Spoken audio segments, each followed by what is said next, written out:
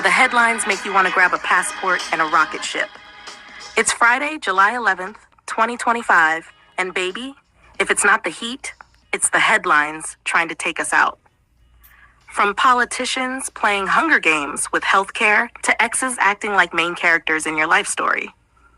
We got a full plate today, but don't worry, I brought the shade, the receipts, and a splash of iced tea to cool it all down. We're talking wild Reddit drama, today's messiest news, and my unsolicited but highly necessary opinions. So sip slow, breathe deep, and remember, boundaries are blessings, and karma don't miss. Let's get into it. What's up, y'all?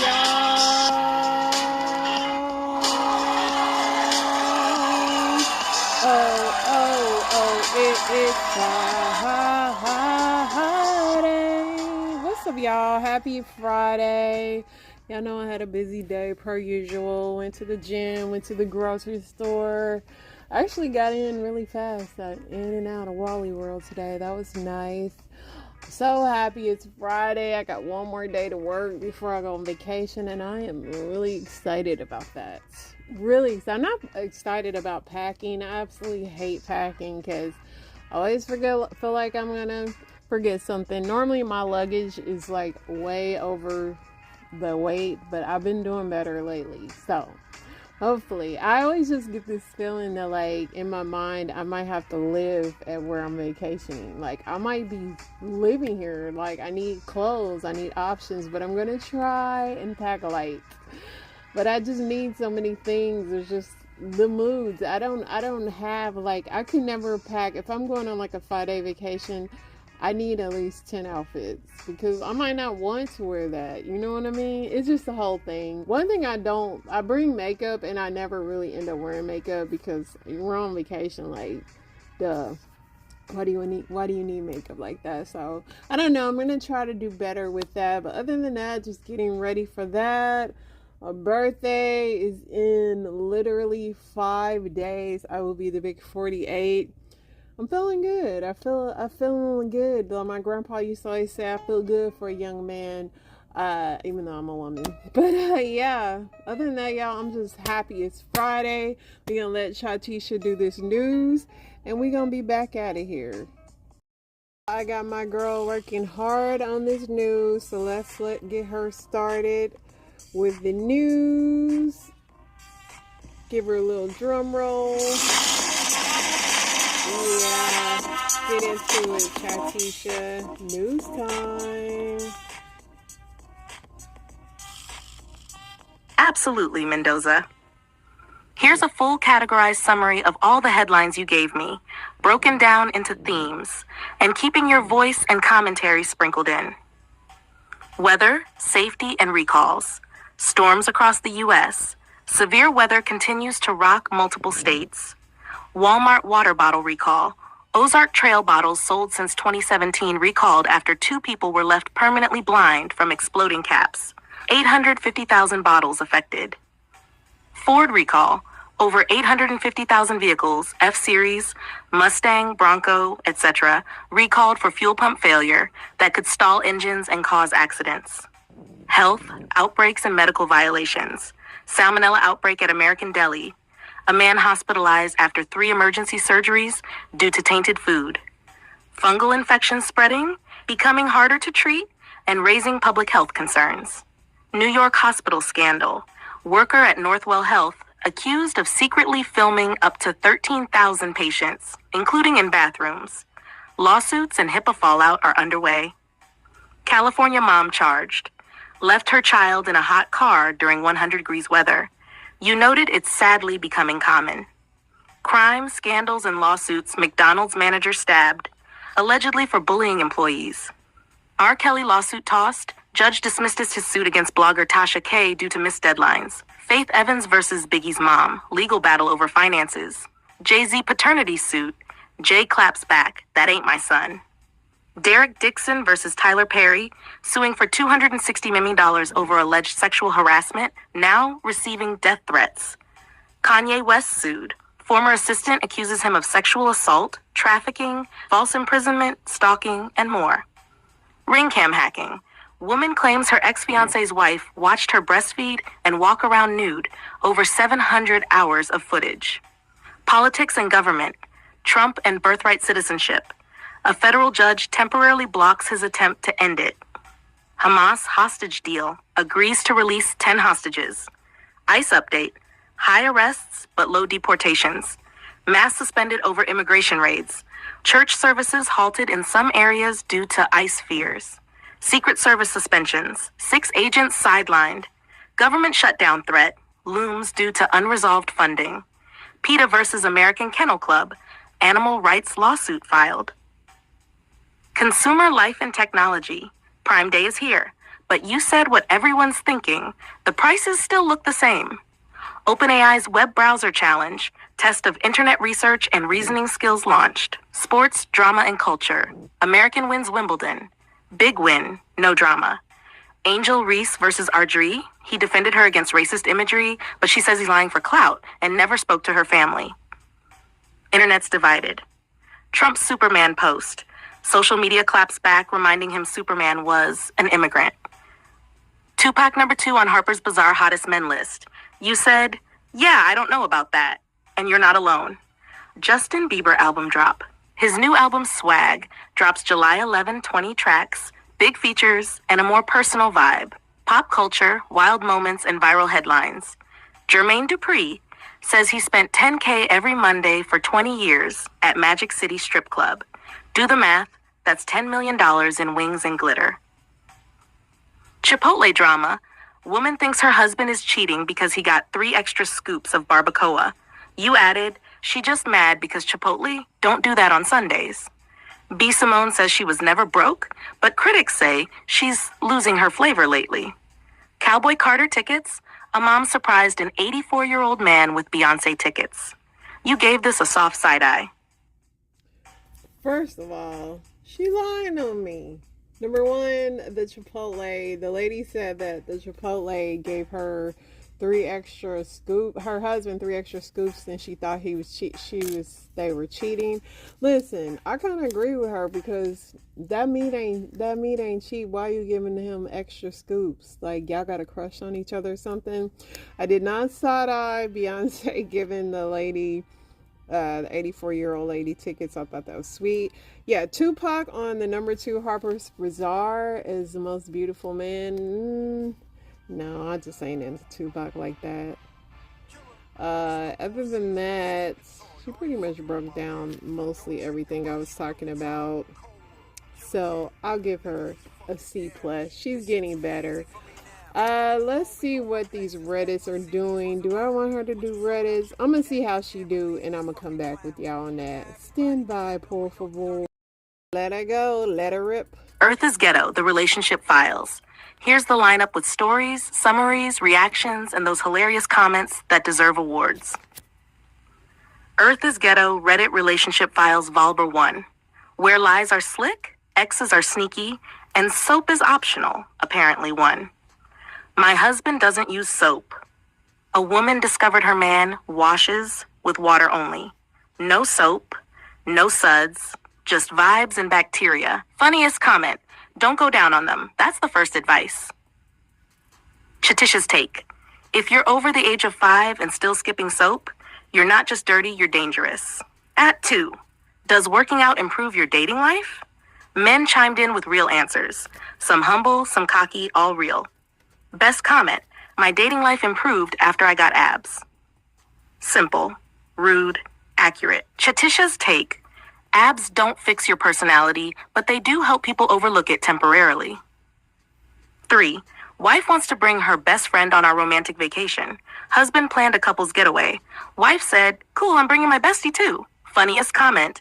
Your wife is the a-hole. Why would her friend want to come on a romantic vacation?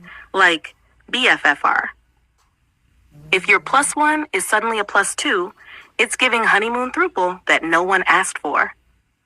4. Why did you cheat? Ask Reddit edition. Men admitted their dirt and actually told the truth. Top responses. I was young and dumb. We broke up and got back together too many times. I was just a loser. Chatisha's take. Growth is admitting you were trash before therapy. Some of y'all need a refund on that healing journey. 5. I accidentally called my girlfriend my ex's name. Now he's panicking, and Reddit's trying not to laugh. Best advice, apologize once and shut up. Don't dig the hole deeper. Chatisha's take, call me your ex one time, and I'll be calling you my Uber. 6. My boyfriend said he was at guys' night. He was at his ex's party. Oh yeah, it's giving deceit. He lied about where he was, and only got caught because someone else spilled. Most common comment, he's a cheater. Leave and don't look back. Chatisha's take, if he's lying about locations and parties, he's already RSVP'd to the single life. 7. VA husband mad about wife's work pictures with a gay coworker. He said the poses were inappropriate. She said it was just pictures. Reddit said, best comments, my wife was waiting to happen. My wife likes to sleep with her gay coworker too. Chatisha's take, if she's hugging him like a prom date in 2006, yeah, I might be mad too. But if he's gay, sir, go drink some water and relax. Closing thoughts from Chatisha. Some of y'all need therapy, some need better friends, and some need to bathe with soap daily. The bar is on the floor, and apparently your boyfriend's lying under it, next to his ex, and a bottle of body wash he refuses to use. Yeah, I don't agree with her on the one where the dude wife was like taking these inappropriate poses and the guy was allegedly gay that was taking them. Yeah, it's still inappropriate. Other than that, Chatisha has some good takes. I can't believe people get married to people and they don't realize that they don't use soap. And like, how do you not know that? How do you come into a marriage not knowing that? Other than that, y'all, she did pretty good on that. So let's jump over to these story times. Why don't we? See if we got. LeBron, who will get engaged?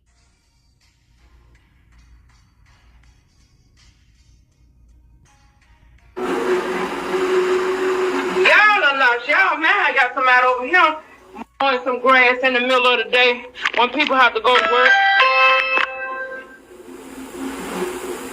Sorry, we're not interested. Have a great day. Oh, yes, you are interested. Baby, this man mowing this grass disturbing my motherfucking sleep. Baby, my goddamn bedroom wonder. Oh, yes, hell you are. This is disturbance of the peace. I'm finna call the police on you, baby. Yes, I am. I'm finna call Paul County Sheriff. Oh, nobody but nobody's yard in the middle of the day waking up the damn nigga. What the fuck y'all think going on? This ain't no place to get out. Don't lie. Keep you up. I can't go up. Don't fuck nobody. You know, you woke up at night damn sleep. Oh, hell yeah. Paul County. Nobody. Nobody. Y'all finna get the hell on with that. Y'all finna get the hell on with that. You don't woke me up out my sleep. And I got to go to work and then you got a smart ass goddamn mouth. Oh, hell, don't get Paul County.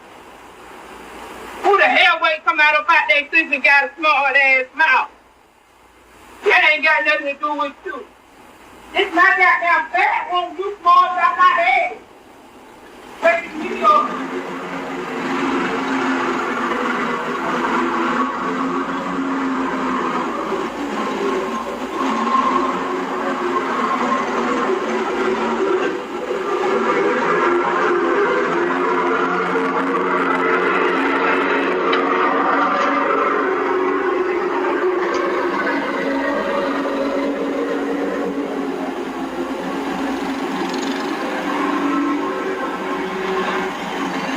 Now, to her defense, I work nights, so I feel her. I be like, summer is the hardest time when you work at nights, and winter when people are shoveling snow. It's like, but she was really pissed that she got up out of her sleep and came over there and cussed everybody out.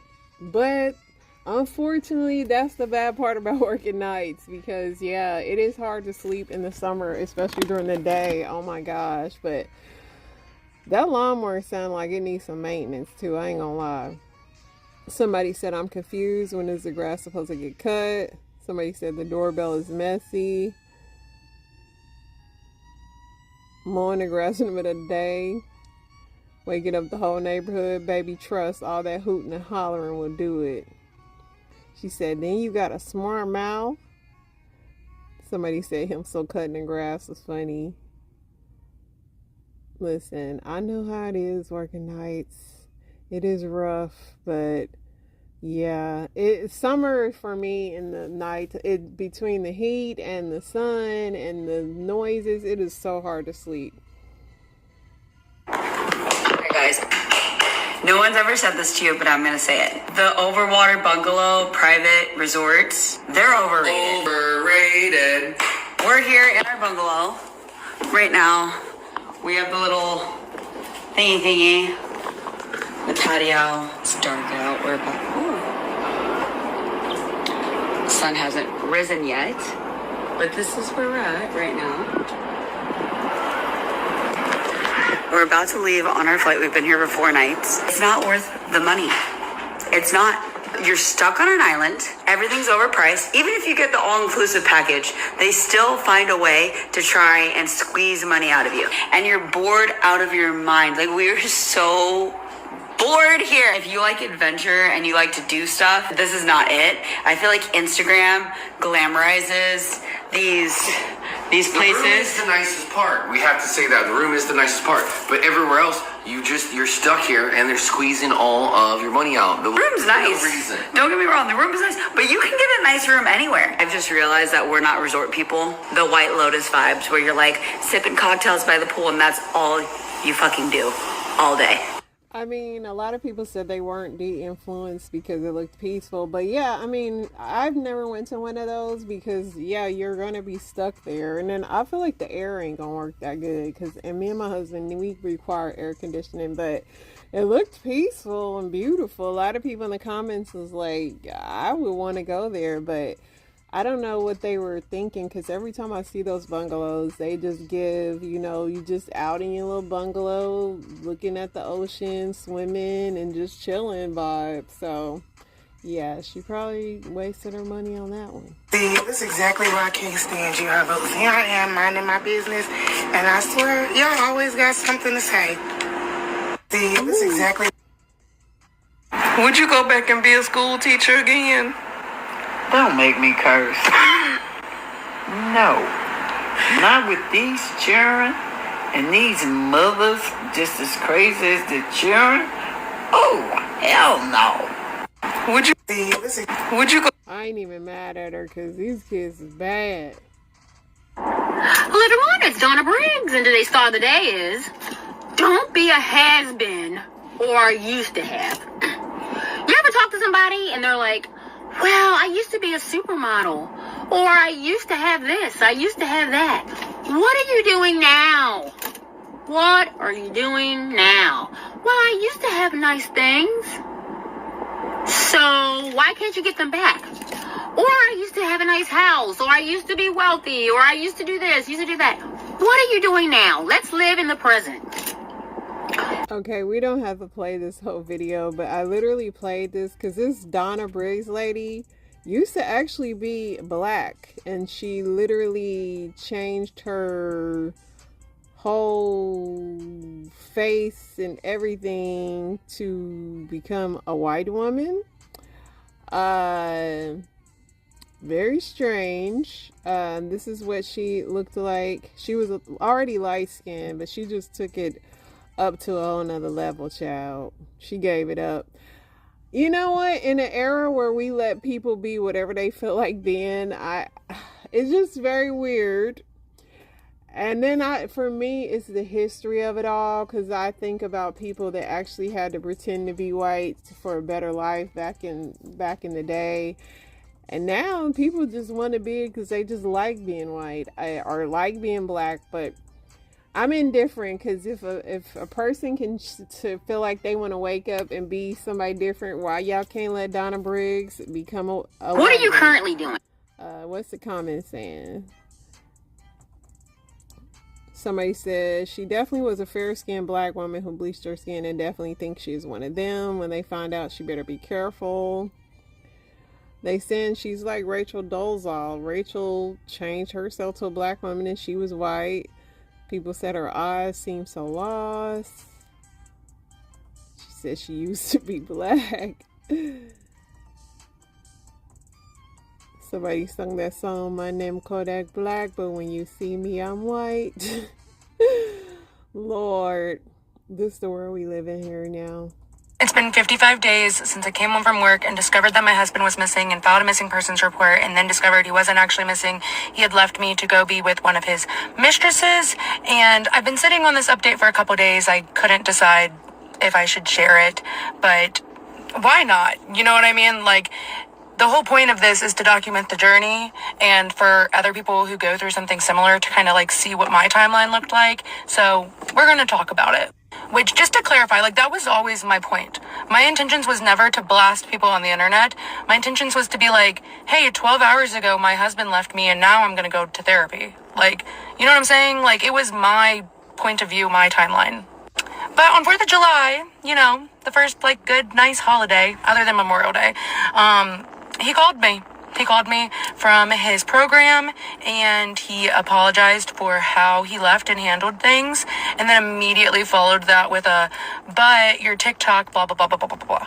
My reaction has absolutely nothing to do with your decision on how you left me. So I don't know why that's even part of the apology. Like, we're this close to accountability, I guess. Pretty far still. But we're on the same page about the divorce details. It's just a matter of, like, the formalities, and then we'll be free and he won't be my next of kin anymore, because if something happened to me right now, I'm pretty confident that I would just lay there as Jane Doe. In other news, just been the talk of the town still. It's been almost 8 weeks and I'm still hearing and learning stuff about myself every day. Apparently I think I'm up to like 3 boyfriends. I don't know any of them. It's a lot. So if you hear anything about me having a boyfriend, just know it's the first I've heard of it. I actually have a legal husband. Don't have a boyfriend. But he ended the call saying that it'd probably be the last time we ever speak, which legally I don't think it'll be the last time we ever speak. Like, but that's the update. Girl, let him go, honey. Hurry up and get that divorce and be done with him.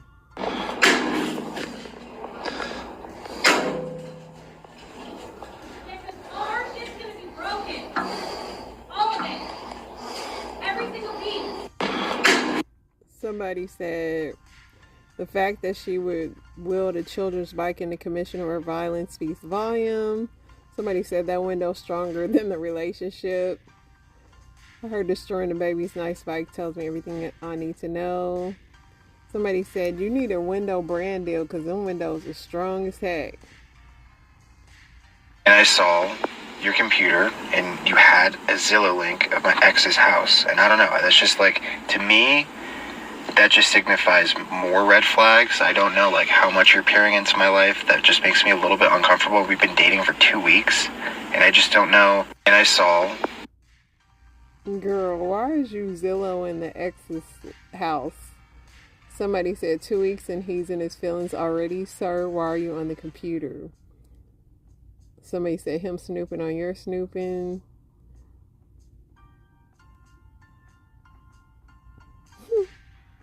Somebody said Zillow link is level 1. What's his problem?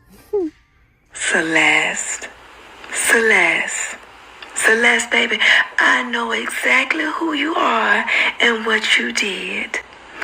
You gave my husband head in the car that I bought, and you had the nerve to pretend like I didn't know what I was talking about. Oh! See, baby, I've been peak play. Those days when Eric told me he had to be to work early, I knew what time it was. Wow. Okay.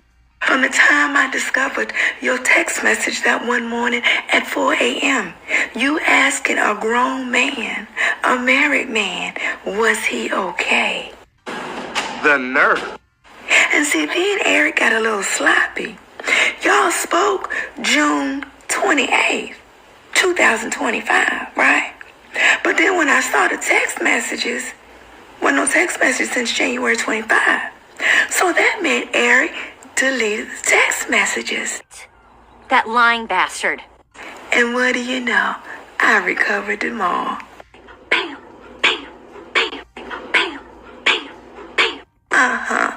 Yeah, burner accounts too. So don't play victim now, Celeste. Don't do that. Cause you wasn't confused when you were laying on your knees in my Honda Accord. Damn it! What? And I'll say this clearly. You'll either meet me in court or in public. But you and Eric will answer for what you did in secret.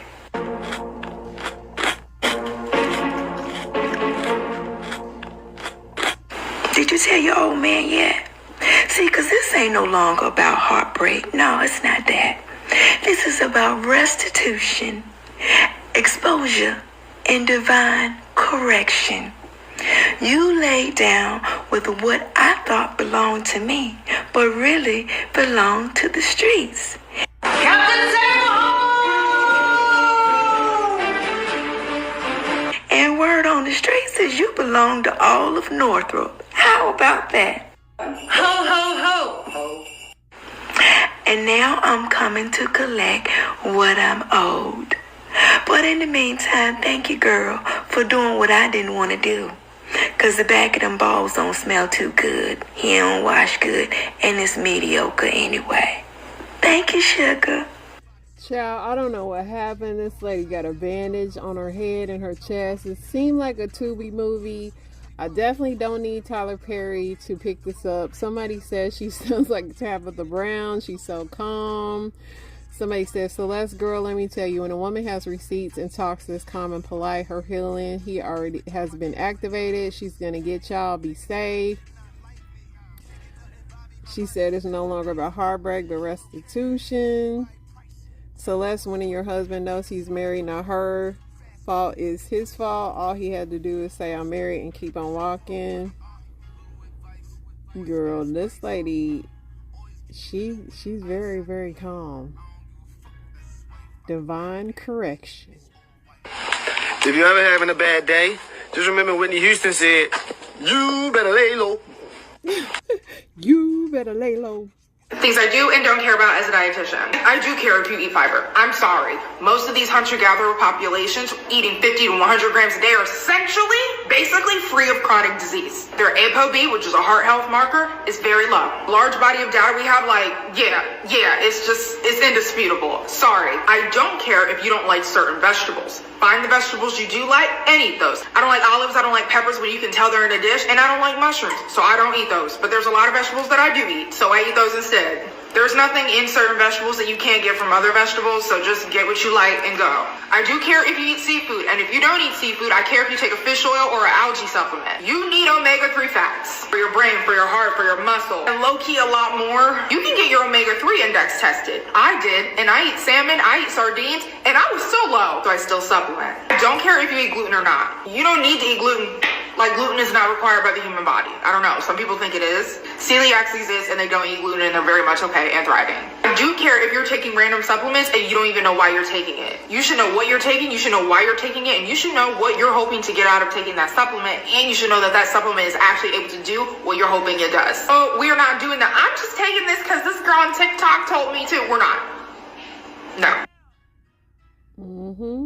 Quote that altered my brain chemistry was, you will be free when you realize the cage is made of thoughts. Every limitation, every cage is happening inside of your own mind. Quote that altered my brain chemistry was, you will be free when you realize the cage is made of thoughts. We needed to hear that again. All right, y'all, have an amazing weekend. Inspirations on the way. Y'all stay blessed.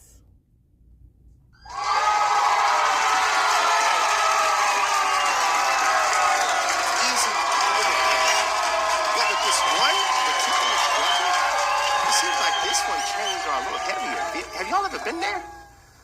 Like, it's hard for me to break this. And I believe the Holy Spirit revealed to me, it's because this is not a typical war. This is an inherited war. God, this is a warfare Granddaddy never defeated. This is a warfare Big Mama never defeated.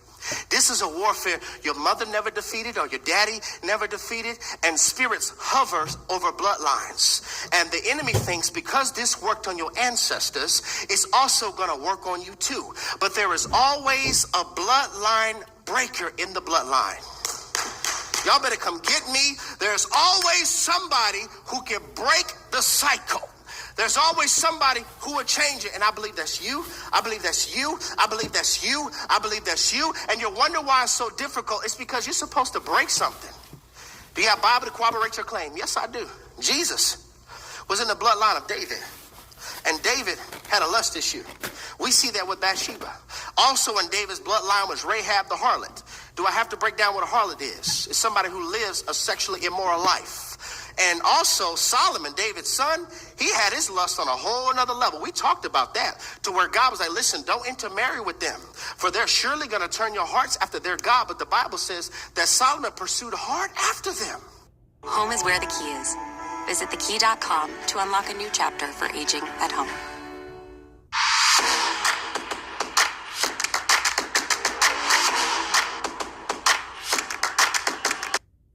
So we have a lust issue in a bloodline, but Jesus broke it. And I'm trying to encourage somebody, because you have Jesus on the inside of you, you're going to break it. You might be under attack, but you're also under the blood. You are a bloodline breaker. You didn't know. You didn't know. I need everybody right now. I'm just feeling this. Everybody right now, can I get you to drop this in the room? I forgive myself for all the times ignorance made a choice.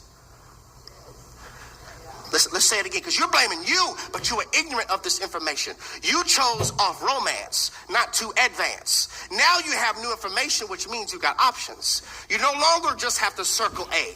You can circle B because I got education biblically. You can circle C because now you got wisdom. I will no longer hold myself hostage. I will forgive myself. I will forgive myself for ignorance making a choice. I will forgive myself for insecurity making a choice. I will forgive myself for my anxiety making a choice. You didn't know, but you know now. You know now. And this is why I'm doing this. And I stated earlier in the series, I said, this is not about relationships. What, you think I'm up here trying to be a love doctor? This is a kingdom agenda. And it all starts with the man. We can't effectively change the world without first having changed men. Change men. I'm not being no love doctor up here. I'm trying to get you to understand. A man treats you out of what he loves. You remember that? So if he loves possessions, he's going to treat you like a possession. If he loves sex, he's going to treat you like a sex object. If he loves nothing, he's going to treat you like nothing. Oh, but if we can get men who love Jesus, if we can get the heads to love Jesus, if we can get the authority to love Jesus, if we can get the doxa to love Jesus, if we can get the leaders to love Jesus, then we can lead people into the love of Jesus. Are y'all seeing how this works? Then I can lead my family into the love of Jesus and lead my community into the love of Jesus. It all starts with the leader. It's not just about relationships. This is about reestablishing the order of the kingdom agenda. Adam, where are you?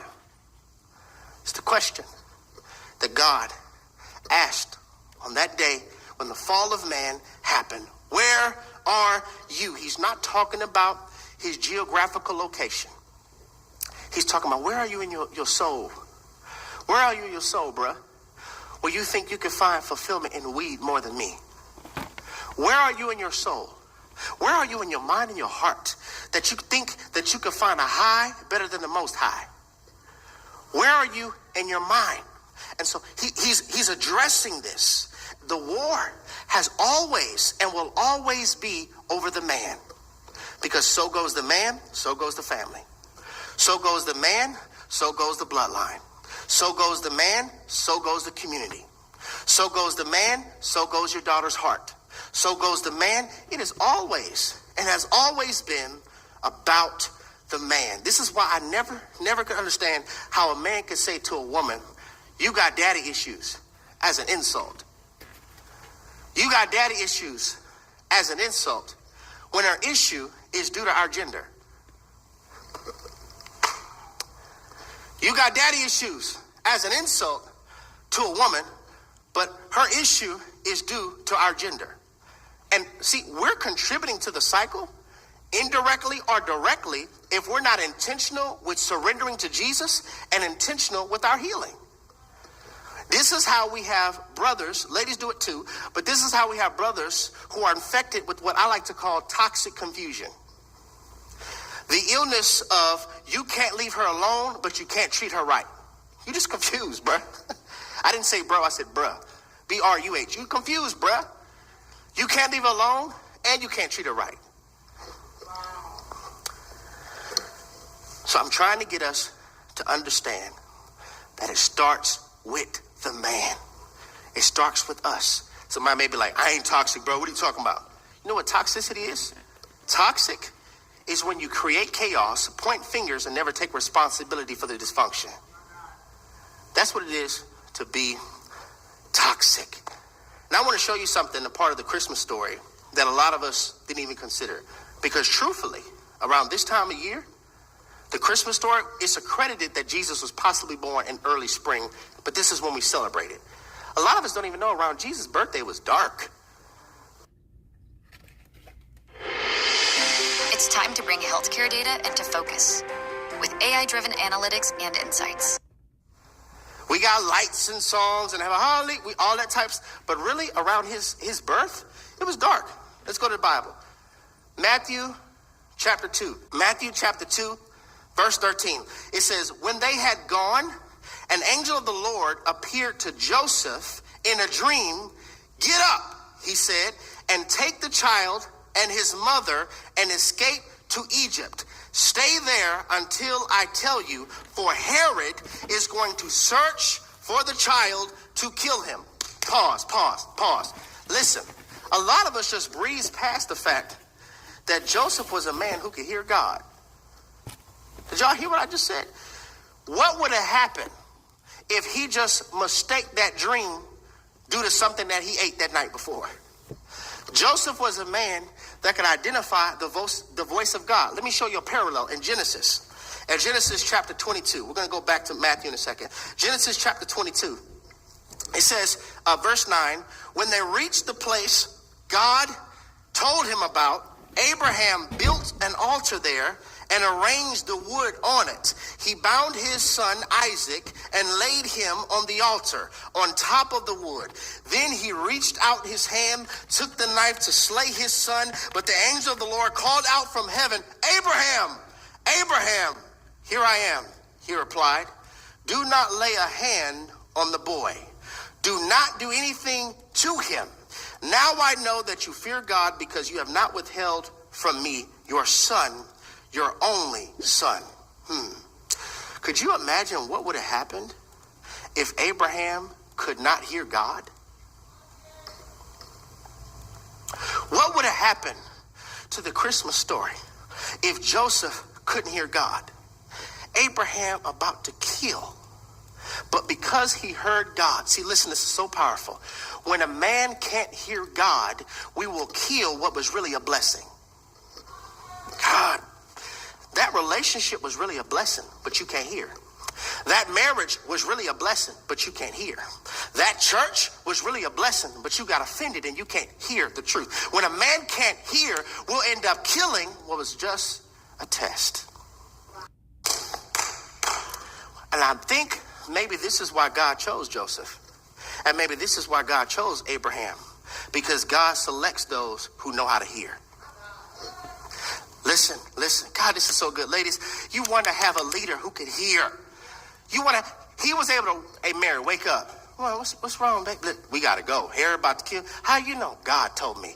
Do you have a leader that he's able to say, this is what we're going to do for this family? How? And why do you think we need to do this? God told me. And not because they try to be spiritually deep, but because you can actually see that they hear God. Let's go back to Matthew. Back to Matthew chapter 2, verse 13. When they had gone, an angel of the Lord appeared to Joseph in a dream. Get up, he said, take the child and his mother and escaped to Egypt. Stay there until I tell you, for Herod is going to search for the child to kill him. Look at this. So now we see instruction. So he got up. Somebody say instruction, application. One more time. Instruction, application. So he got up, took the child and his mother during the night, left for Egypt, where he stayed until the death of Herod. And so was fulfilled what the Lord had said through the prophet, out of Egypt I called my son. When Herod realized that he had been outwitted by the Magi, he was furious, and he gave orders to kill all the boys in Bethlehem and its vicinities who were 2 years old and under, in accordance with the time he had learned from Magi. Then what was said, the prophet Jeremiah, was fulfilled. A voice is heard in Ramah, weeping and great mourning, Rachel weeping for her children, and refused to be comforted because they are no more. I know we celebrate this time the arrival of Jesus, but really around the arrival of Jesus, it was a painful time. And the enemy used Herod to commit genocide. Why? Because the enemy is always threatened when kings are born. This is so powerful, y'all. He's always threatened when kings are born. So if I can with your son, I'll try to kill him in the womb. If I can't kill him in the womb, I'll kill him when he's a child. If I can't get him then, I'll get him when he's an adolescent. If I can't get him then, I'll get him when he's a young man. If I can't get him then, I'll get him when he's an old man. The war has always been after the man. So how do we fix this? Number one, I believe, is tied to the presentation of Jesus. How do we fix this? I believe it's tied to the presentation of Jesus.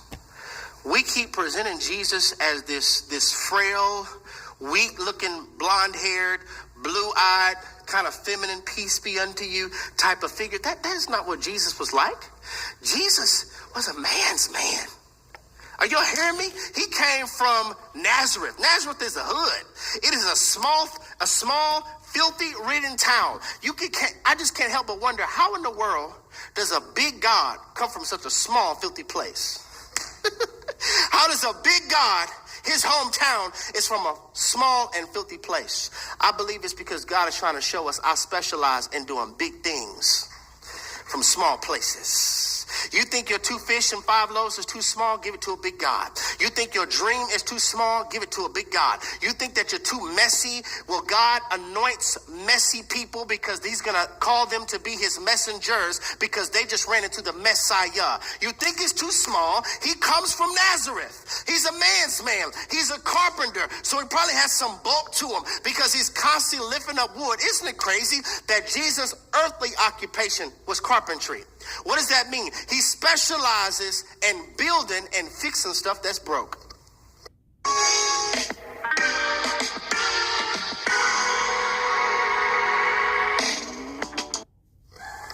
His earthly occupation was fixing broken things. His spiritual occupation is fixing broken things. He is the apex of masculinity. He is a bronze skin tone man with a beard, eyes like fire, hair like wool. He is a man's man.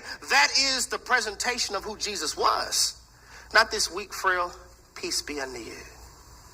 Peace be unto you. Hair all perm. That's not Jesus.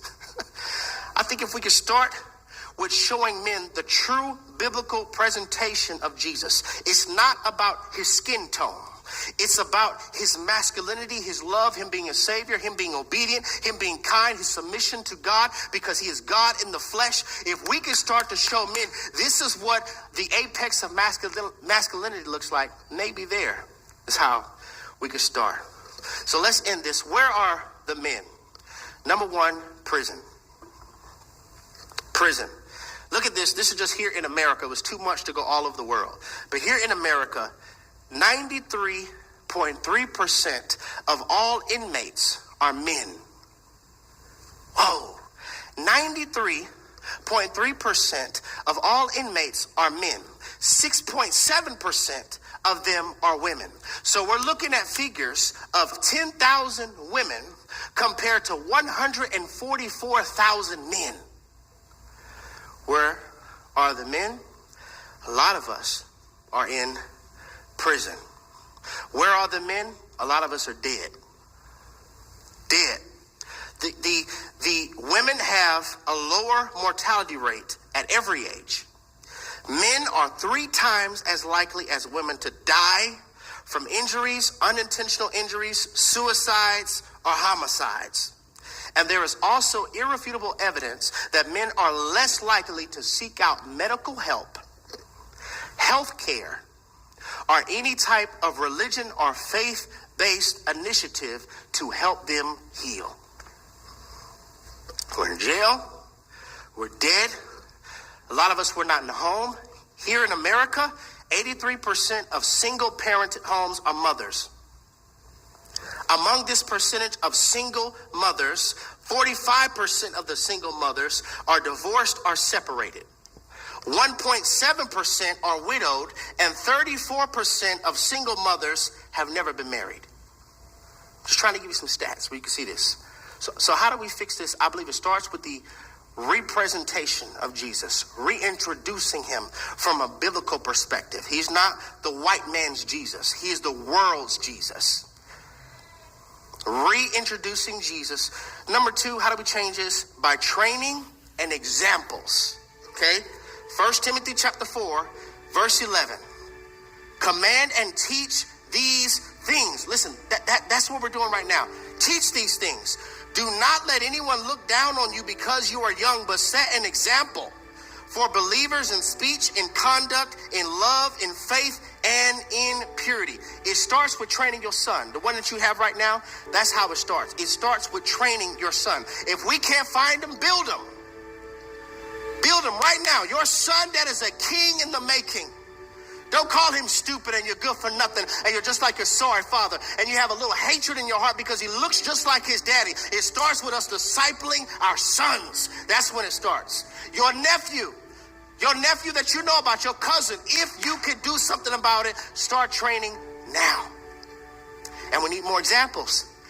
We need to normalize faithful men. They need to see this stuff. They need to see men who are faithful to their wives. They need to see men who are honest, who are integral. Not one way in the barbershop, but another way in the church. They need to see men who serve. And they're not weird.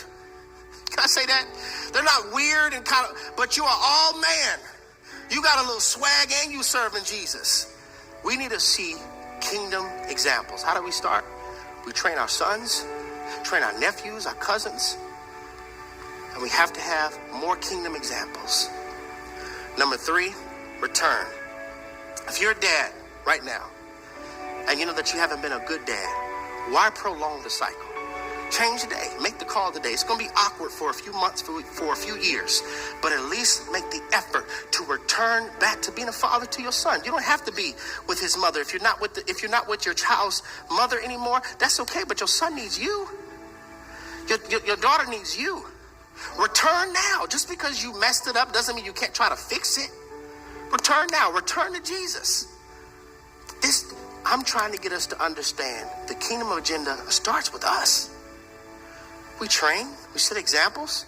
If you know that you have not been the best husband, return to start trying to do the right thing. If you never have returned, you return to Jesus first. Return to Jesus so that the leader could show you how to lead. The last point, honestly, all you can do is pray. Pray more boldness in pulpits, in schools, to have men who are willing to step up and raise up a generation who know God. And like that confession, may that be your prayer. God, raise up your kings, your men who have hearts that beat after you. The same question, oh God, you asked in the garden, unfortunately, is the same question that's being asked here in the earth. Where are the men? My prayer, oh God, is that more of us would arise.